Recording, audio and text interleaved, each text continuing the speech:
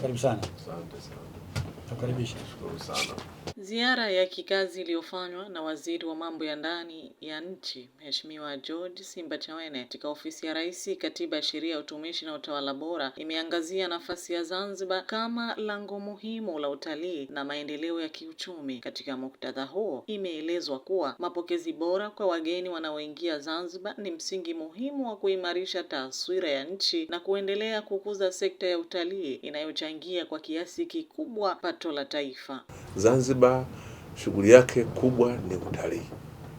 Kwa hiyo wageni wakipewa facility nzuri wana kila sababu ya kupapenda Zanzibar na kurudi tena. Kwa hiyo tunatamani kuwa na ofisi zetu zinazodili na wageni ambazo ziko proper, ni za kimataifa, ili wajikute kwamba wamekwenda mahala ambapo watu wamejiandaa kuwapokea wageni. Jitihada zinazoendelea kuchukuliwa katika kukabiliana na changamoto za kiusalama ikiwemo vitendo vya uhalifu na ajali za barabarani zimeelezwa kuwa ni sehemu ya mkakati mpana wa kulinda maisha ya wananchi na wageni. Hatua hizi zinalenga kuhakikisha mazingira salama na tulivu katika kutekeleza shughuli za kijamii na kiuchumi, sambamba na kuimarisha ufanisi wa taasisi za usalama na usimamizi wa mipaka. Kesi za udhalilishaji ni nyingi. Na nafikiri sababu ni kwamba zikitokea basi ushahidi wake unakuwa mgumu na watu hawapelekani kwa sababu ya mahali ni shida.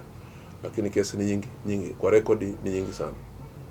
Lakini kesi nyingine ambazo tumeziona ni kesi nyingi za dhidi ya wageni. Huko mahotelini huko inatokezea mambo si mazuri. Sasa rate yake na yenyewe ni kesi nyingi, kwa sababu kimsingi wanakwenda kugusa kwenye moyo wa uchumi wa Zanzibar.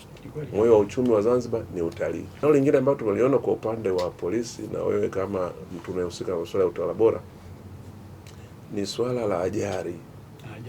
Ajali zimekuwa nyingi, na kwenye rekodi inaonyesha ni ajali zinazosababishwa na bodaboda. Sasa hizi bodaboda ni lazima zirudi kwenye kufuata sheria za usalama barabarani. Tukiacha hivi, hakika vifo ni vingi. Na hii nimeizungumza kwa context ya Zanzibar tu. Sasa katika ajali 230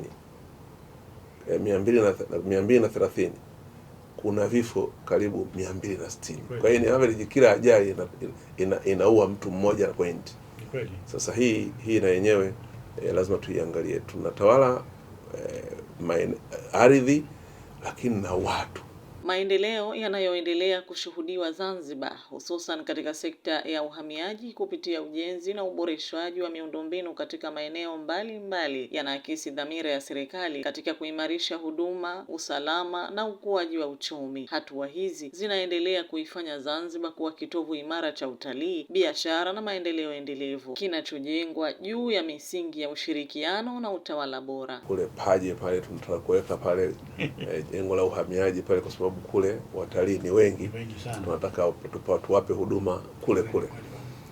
Na pia tumetembelea chuo, kile chuo nafikiri kwa njia hiyo ndio hapo. Kwa hiyo kitu gani pale tunajenga chuo kikubwa sana. Tumeanza na majengo yale 3, lakini hayazuii chuo kuanza, lakini bado yanakuja mengine, kwa sababu pale ile eneo tunashukuru Mheshimiwa Rais Hussein Mwinyi ametupa eneo kubwa, kwamba anafahamu umuhimu wa vyombo hivi, na kwa upande wa uhamiaji kwa kweli ametupa maeneo mengi, hata likiwepo hila hapa mjini Magharibi.